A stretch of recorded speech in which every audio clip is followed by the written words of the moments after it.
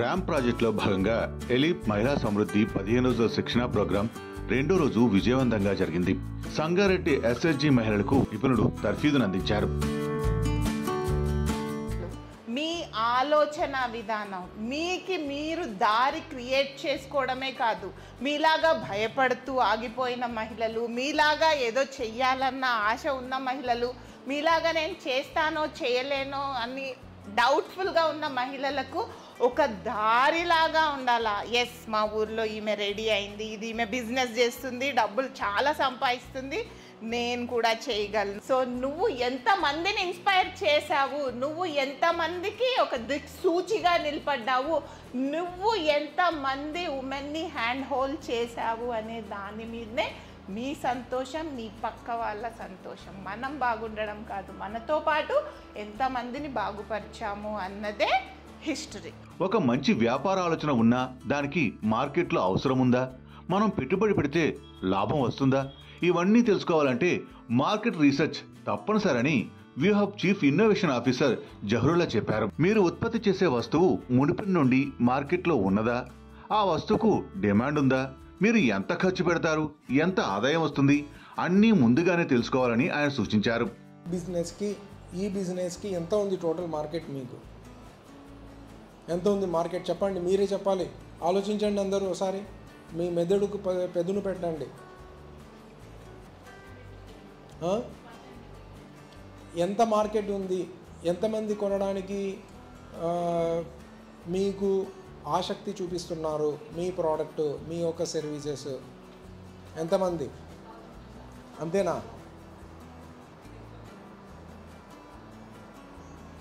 మీ ప్రోడక్ట్ని ఎవరు ఉపయోగిస్తారు, వాళ్ళందరూ వస్తారు. టోటల్ అడ్రసబుల్ మార్కెట్ అంటే మీ ప్రోడక్ట్ని ఎవరెవరు ఉపయోగిస్తారు. ఎవరు ఉపయోగిస్తారు?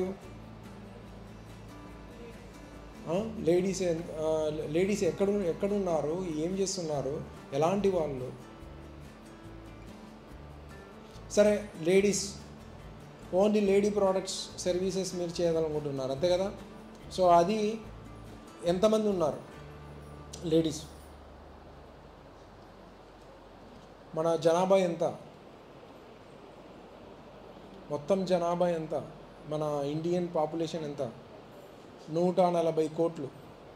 140 కోట్లలో కనీసం 50% ఉంటారా ఆడవాళ్ళు? 50 ఫీమేల్. 50% అంటే ఎంత ఉంటుంది? 70 crores. అది రాసుకోండి. మీ యొక్క టోటల్ అడ్రసబుల్ మార్కెట్ 70 crores అన్నమాట. అంటే 70 కోట్ల మందికి మీరు మీ యొక్క ప్రోడక్ట్ని అమ్మొచ్చు. అది టోటల్ అవుతుంది. ఇప్పుడు అర్థమైందా? అంటే ఇప్పుడు మీరు మీదే ప్రోడక్ట్ ఉందనుకున్నాం, మొత్తం మన ఇండియా మొత్తానికి కలిపి మీరే సప్లై చేయాలి అందరికీ. అంటే ఒకవేళ మీరే అందరికీ సప్లై చేయాలంటే ఎంతమంది ఉండొచ్చు? 70 కోట్ల మంది మీకు ఉండొచ్చు అని మీనింగ్. టోటల్ ఫీమేల్స్, ఆడవాళ్ళు ఎంతమంది ఉన్నారో total is equal to your product sales. అర్థమైందా ఇప్పుడు మీకు? సో అది ట్యామ్ అవుతుంది, TAM అంటారు దాన్ని. తర్వాత SAM అంటే సర్వీసబుల్ అడ్రసబుల్ మార్కెట్. రెండో రోజు శిక్షణలో భాగంగా ఎలీప్ ప్రాజెక్ట్ ఆఫీసర్ కాసిం గారు కూడా మాట్లాడారు. మార్కెట్ రీసెర్చ్ చేసే పద్ధతుల గురించి వివరించారు. కస్టమర్ అవసరాలు ఎలా తెలుసుకోవాలి, పోటీదారులు, ధరల విశ్లేషణ ఎలా చేయాలనే వాటి గురించి మహిళలకు అవగాహన కల్పించారు. పెద్ద పెద్ద కంపెనీ వాళ్ళు ఎగ్జిబిషన్స్ పెడతారు. ఇప్పుడు మా దగ్గర ఈ ప్రగతి నగర్లోనే ప్రతిసారి ఏదో ఒక ఎగ్జిబిషన్ జరుగుతుంది కమ్యూనిటీ హాల్స్లలో. వాటిలలో రకరకాల వాళ్ళు వచ్చి పెడుతుంటారు. అట్లా మనకు కూడా ప్రభుత్వం కొన్ని ప్లేసులు ఇచ్చింది. ఇప్పుడు శిల్పారామంలో మనకు కొంత ప్లేస్ ఇచ్చి అక్కడ మనం ఇట్లాంటివి తెలుసుకోవాలన్నమాట. ఈ బలహీనతలను ఏం చేయాలి, మనము అధిగమించాలి, బలాలను ఏం చేయాలి, సమీకరించుకోవాలి. అట్లా అదేవిధంగా మరి తర్వాత అవకాశాలు ఏమున్నాయి మనకు, ఈ వ్యాపారం పెడితే ఏ విధంగా బెనిఫిట్ అవుతుంది, ఈ వ్యాపారం పెట్టడానికి అవకాశాలు ఏమున్నాయి, ఫిజబిలిటీ ఏమున్నది, ఈ వ్యాపారం పెట్టడం వల్ల మనకి లాభాలు వస్తాయా రావా, ఆ అవకాశాన్ని మనం తెలుసుకొని ప్రారంభించాలి. ఇది MSME పాలసీ గురించినటువంటి అవకాశం. MSMEలకి ఎన్ని అవకాశాలు ఉన్నాయి అంటే ఎంఎస్ఎంఈ పాలసీ 2024 ప్రభుత్వ చట్టం ప్రకారము ఎంఎస్ఎంఈలకి అనంతమైనటువంటి అవకాశాలు ప్రభుత్వం కల్పిస్తుంది. ముడి సరుకు దొరకకపోవటము, ఇట్లాంటి ఇన్ఫ్రాస్ట్రక్చర్ ఫెసిలిటీస్ గ్రామాలలో ఉండవు. అక్కడ మీరు పరిశ్రమలు పెట్టాలంటే కొంచెం కష్టమైంది. అదేవిధంగా మార్కెటింగ్ నైపుణ్యాలు, ఇతర ప్రచార వ్యూహాలు మీకు ఎంఎస్ఎంఈలకు అందుబాటులో ఉండవు. అదే పెద్ద సంస్థలు అనుకోండి, ఉదాహరణకి హ్యాపీ అడ్వర్టైజ్మెంట్ వస్తుంది, థమ్స్అప్ అడ్వర్టైజ్మెంట్ వస్తుంది, ఫ్రూటీ అడ్వర్టైజ్మెంట్ టీవీలలో అక్కడ ఇక్కడ వస్తుంది. మనం దానికి కోట్లు పెట్టి పెద్ద పెద్ద నటీనటులను పెట్టి చేపిస్తారు. కానీ మనం అట్లా చేయలేం కదా. మనం చేసేది చిన్న బిజినెస్. దానివల్ల కూడా మనకు అది ఒక బలహీనత. మరి దాన్ని ఎట్లా అధిగమించాలి? ఈ బలహీనతను దృష్టిలో పెట్టుకొని దాన్ని అధిగమించాలన్నమాట. ఇంతకుముందు బలాలనేమో సమీకరించాలి.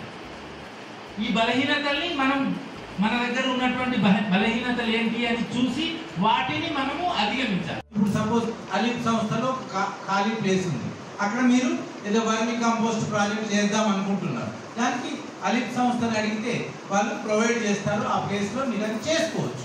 ఇది మనకున్న ఎంఎస్ఎంఈలకు ఉన్నటువంటి ప్రభుత్వం ద్వారా వచ్చేటువంటి బలం. సో ఇది ఒక స్ట్రెంత్ మనకు, దాన్ని ఉపయోగించుకోవాలి. ఈ బలాన్ని మనము ఉపయోగించుకోవాలి. అదేవిధంగా మన ఎంఎస్ఎంఈ పాలసీ ప్రకారం కూడా 4,000 కోట్ల రూపాయలని ఎంఎస్ఎంఈలకి ఖర్చు చేయాలని అది ప్రభుత్వం నిర్ణయించుకున్నది. అది కూడా మనకు సపోర్ట్గా మనం ఏదైనా ఇండస్ట్రీ పెట్టాలన్నా ఈ ఏపీఎంల దగ్గర, డిపిఎంల దగ్గర, డిస్ట్రిక్ట్ ఇండస్ట్రీస్ సెంటర్స్లలో రకరకాలుగా మీకోసం డబ్బు కేటాయించబడి ఉన్నది.